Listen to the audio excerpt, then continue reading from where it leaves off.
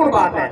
हमारे महान पुरुषों का जो आंदोलन है वो सबसे पहले हमारे समाज के निर्माण का आंदोलन है और हमारे समाज का निर्माण शिक्षा से होगा।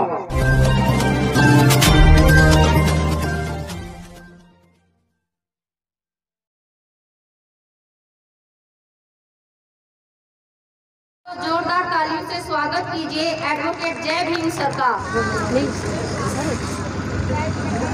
महाकारुणिक तथागत बुद्ध को नमन करते हुए, परम पूज्य बाबा साहेब डॉक्टर भीमराव अम्बेडकर को नमन करते हुए, साहेब मान्यवर कांशीराम जी को नमन करते हुए और यहाँ पर जो माता रमाबाई महिला विंग है जिसने इस सुंदर कार्यक्रम की रचना की है और उसका बखूबी आयोजन किया है, उसको मैं नमन करता हूँ।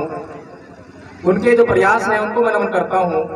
इस गांव में आकर जब मैंने ये कार्यक्रम का आयोजन देखा, तैयारियां देखी, तो मेरा मन वास्तव में बहुत प्रसन्न हो गया।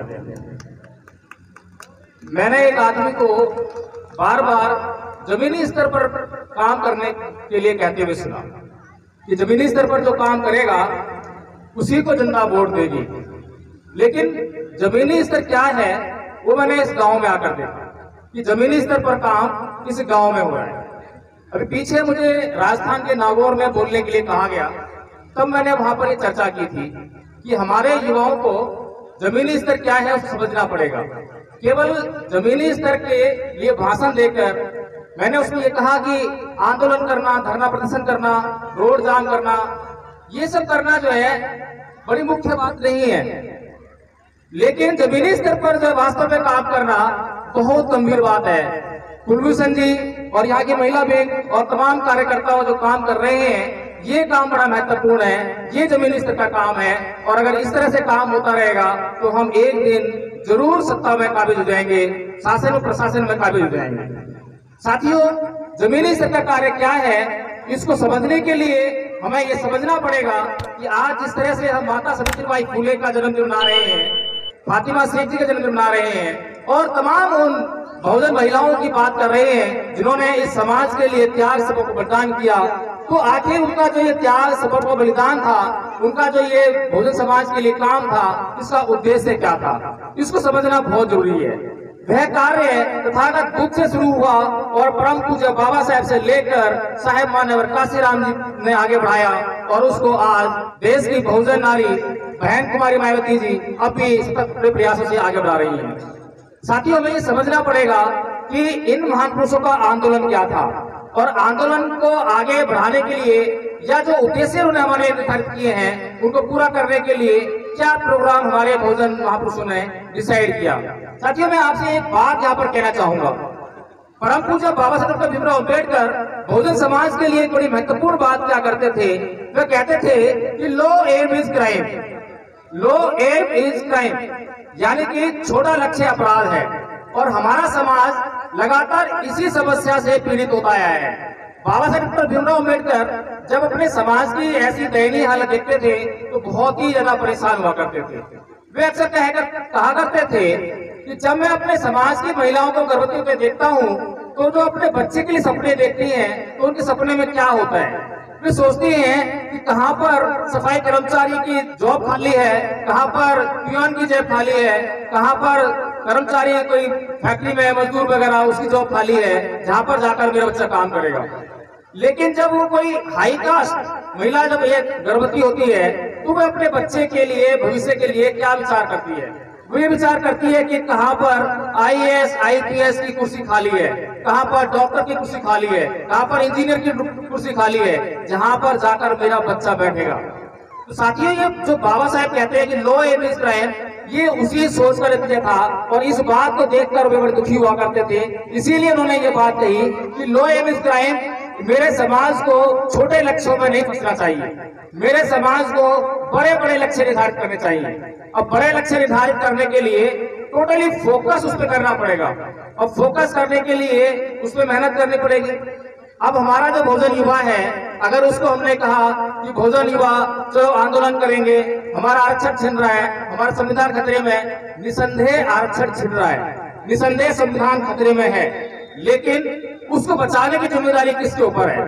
मैंने पेरियार जी की एक कोटेशन पढ़ी थी जिसमें उन्होंने कहा था कि छात्रों को अपने छात्र जीवन में अपनी पढ़ाई लिखाई के इतर कोई भी बात नहीं सोचनी चाहिए, कहीं भी गुमराह नहीं होना चाहिए। ये बड़ी महत्वपूर्ण बात है। हमारे महान पुरुषों का जो आंदोलन है वो सबसे पहले हमारे समाज के निर्माण का आंदोलन है और हमारे समाज का निर्माण शिक्षा से होगा। इसीलिए मैंने अपने नागौर के भाषण में यह बात कही थी कि हमारे देश के जो बहुजन समाज के जो युवा हैं उनको 30-35 साल तक जो कि उनका शिक्षा का काल है उसमें उनको सिर्फ और सिर्फ अपनी शिक्षा पर जोर देना चाहिए। अगर एक बार वो 30-35 साल तक, हो सकता है कि उन्हें 25 साल में उनके जीवन का लक्ष्य मिल जाए और अगर उनको और आगे कुछ भी पढ़ने की उम्मीद नहीं है और वो पढ़ना नहीं चाहते हैं तो बेशक वे जो आंदोलन करें, राजनीति करें, सामाजिक कार्य करें, कुछ भी करें, लेकिन जब तक वे अपने जीवन में अपने जीवन के निर्धारित किए गए उस उच्चतम लक्ष्य को प्राप्त नहीं कर लेते हैं तब तक मैं समझता हूँ कि जो महान पुरुषों का जो उद्देश्य था वह पूरा नहीं होता है। इस बात को एक उदाहरण से समझ सकते हैं कि जो बाबा साहेब कहा करते थे कि लो इमेज क्राइम आखिर वो है क्या। साथियों, उदाहरण देना चाहता हूं। एक बच्चा जो अपने जीवन में आईपीएस की जॉब को निर्धारित करता है कि मुझे आईपीएस बनना है। आईपीएस की जॉब है वो इंडियन पुलिस सर्विस है।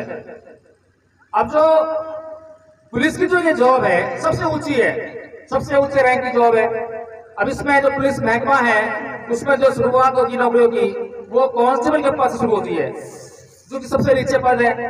अब मान लीजिए बहुजन समाज के किसी छात्र ने आईपीएस की जॉब की तैयारी की कि मुझे आईपीएस बनना है और अगर वह पूरी मेहनत से वह पढ़ाई करता है और वह आईपीएस नहीं बन पाता तो वह क्या बनेगा? क्या वह कांस्टेबल बनेगा क्या, जो सबसे निम्न पद का है?